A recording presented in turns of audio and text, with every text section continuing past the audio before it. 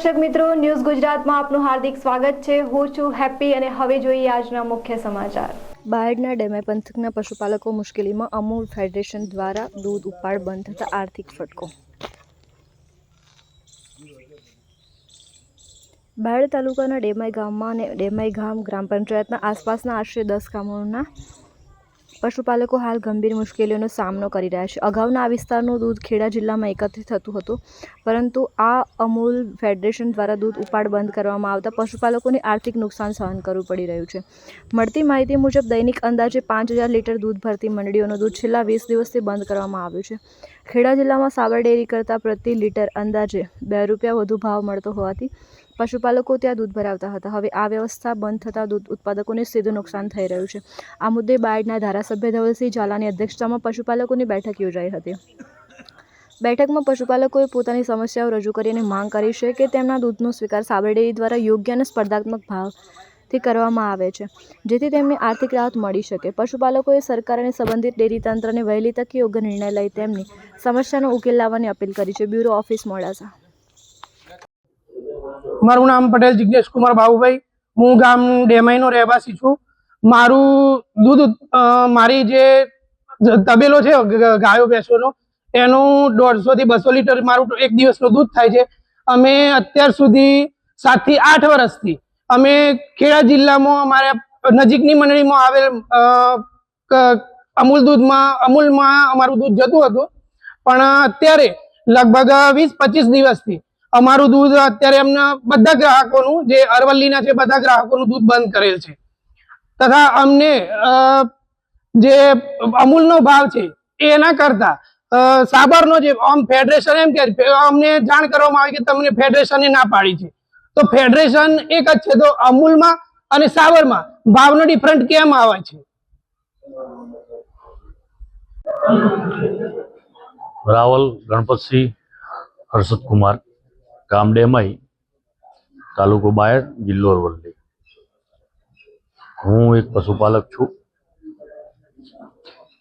કાવટ મંડળીમાં ઘણા સમયથી ચાલુ હતું, ત્યાંનો ભાવ સારો છે તો પોસાતું હતું દૂધ અમે ત્યાં ખેડા જિલ્લામાં પહેલા ભરતા હતા। મહિલા મંડળી મોતીપુરા તો બંધ કર્યું ફેડરેશન, તો એવું કે અમારી મૌખિક અમને કહ્યું છે, કોઈ પરિપત્ર આપ્યો નથી એમ। અમે પૂછ્યું કે મૌખિક તમે કહો છો એમ, કોઈ પરિપત્ર હોય તમને બતાવો એમ, કે મૌખિક જ કહ્યું છે એમ કે જો તમે આ દૂધ બંધ નહીં કરો તો મંડળીને મેં એવું કહેવામાં આવ્યું કે તમારે 2% પેનલ્ટી લાગશે મંડળી ઉપર। આવું તો ના સુપરવાઇઝરોએ રજૂઆત કરી મંડળીમાં આવીને, તો હાલ અમારું દૂધ સાબરમાં જાય છે, પણ અમને પોસાતું નથી, કારણ કે ખેડા જિલ્લા અમૂલ ડેરીનો ભાવ જ એ રીતનો છે કે અમને લીટરે ₹4 વધારે મળે છે।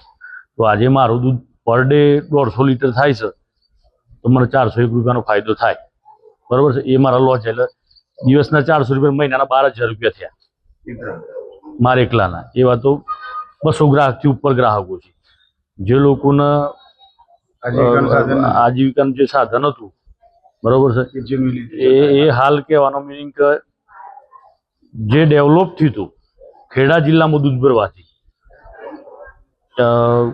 ખેડા જિલ્લાના આસપાસ 1 થી 1.5 કિલોમીટરના જ ગામો છે આ, જે તો દૂધ ભરવા જાય એમને નજીક પડે છે પાછું, બરોબર છે।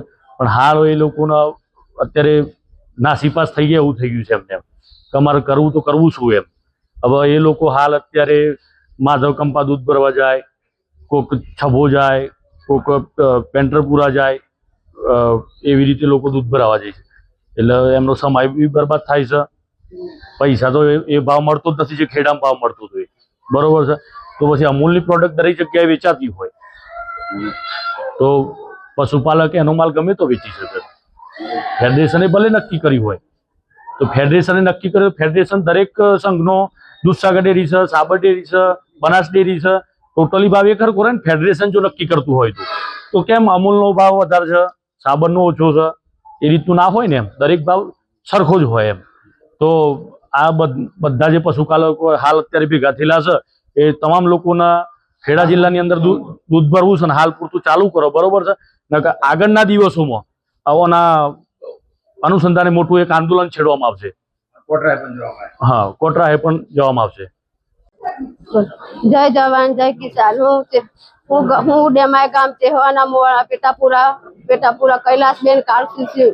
હું આજ 5 વર્ષથી હું કાવઠમાં દૂધ ભરાતું હતું અમારી.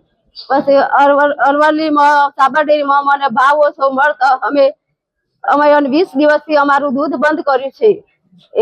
એટલા માટે મને ખોણમાં કે દોણમાં મને પોહાતું નહીં સાહેબ. એટલે અમારે દૂધ ભરવું નથી સાબરડેરીમાં. અમને ભાવ ઓછો અમારે અમૂલ ડેરીમાં તો દૂધ ભરવું છે. બોલો. અત્યારે ફેડરેશન દ્વારા એક નિર્ણય લેવામાં આવ્યો છે કે ભાઈ તમામ જગ્યાએ જિલ્લામાં ડેરી છે ને એ જગ્યાએ ગ્રાહકો દૂધ ભરશે. આ પ્રકારની મૌખિક સૂચના બાદ આજે આખા ગુજરાતમાં જ્યાં જેની નજીક પડતી હતી તે ડેરીમાં દૂધ ભરતા હતા ને આજે પશુપાલકો હેરાન છે. એવા સંજોગોની અંદર ફેડરેશનને વિનંતી કરવાની કે ભાઈ તમે જે પશુપાલકોને ધારો કે ખેડામાં દૂધ ભરે છે, ધારો કે અમારા ડેમાઈની આજુબાજુના 10 મોવાળા અને 5000 લીટર દૂધ એક ટંકનું ભરાય અને 5000 લીટર દૂધ ત્યાં ભરતા હતા. છેલ્લા 5 વર્ષ કોક 10 વર્ષથી ભરતા હતા. એવાનું તાત્કાલિક ધોરણ પર બંધ કર્યું. છેલ્લા 22 દિવસથી આ પશુપાલકો હેરાન છે. મારી આ ફેડરેશનને વિનંતી છે કે ભાઈ તમે જે ગ્રાહકને લોકશાહી છે ને, લોકશાહીની અંદર પશુપાલકને જ્યાં ઈચ્છા હોય ત્યાં દૂધ ભરે, પશુપાલકને જ્યાં ફાવટ આવતી હોય ત્યાં દૂધ ભરે. અને આવા લોકશાહીની અંદર આપણે પશુપાલકોને દૂધ ભરતા રોકીએ હું મારી દ્રષ્ટિથી યોગ્ય માનતો નથી. આવી મારા મિત્ર કેતનભાઈ ઇનામદારની પણ રજૂઆત છે, મારી પણ એક ધારાસભ્ય તરીકે રજૂઆત છે કે ભાઈ આ પશુપાલકોને જ્યાં ફાયદો દેખાતો હોય ત્યાં દૂધ ભરે, એની છૂટ આપવી જોઈએ. નહીં કે અમને પ્રેશર કરીને કે ભાઈ તમે સાબર ડેરીમાં ભરો, નહીં કે પ્રેશર કરીને કે તમે ખેડા કે અમૂલની કોઈ એક ફેડરેશન ચાલે છે ને, ફેડરેશનમાં ગમે ત્યાં દૂધ ભરી શકે. તમામ ફેડરેશનના અને મેમ્બરોને વિનંતી કરું છું કે ભાઈ તાત્કાલિક ધોરણ પર આ નિર્ણય પર વિચાર કરવામાં આવે. આગામી દિવસોની અંદર આ બધા જ પશુપાલકો રોષે ભરાઈને કોઈ પ્રકારનું કૃત્ય કરે તો સંપૂર્ણ જવાબદારી તમારા બધાની રહેશે. ખાસ કરીને જે પશુપાલકને અત્યારે સાબર ડેરીમાં 10-15 દિવસથી દૂધ ભરે છે ત્યાં ને અહીંયાના દૂધમાં 2 રૂપિયાનો ફરક આવે છે લીટરે.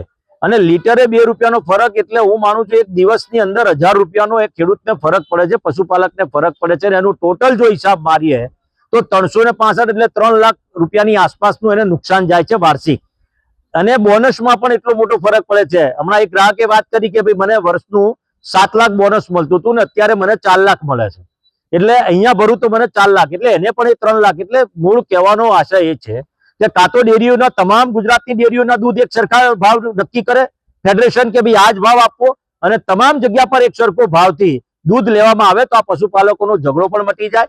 અને જે પશુપાલકને જ્યાં દૂધ ભરવું હોય ત્યાં મારે મોવડી મંડળને અને ડેરી અમૂલ ફેડરેશનના ચેરમેન અને મંડળને વિનંતી છે કે આ પશુપાલકોને છૂટ આપવામાં આવે અને આના માટે સારા વિચાર કરીને પશુપાલકોના ફાયદાના હિતની અંદર વિચાર કરવામાં આવે, નહીં કે પોતાના અંગત હિત માટે.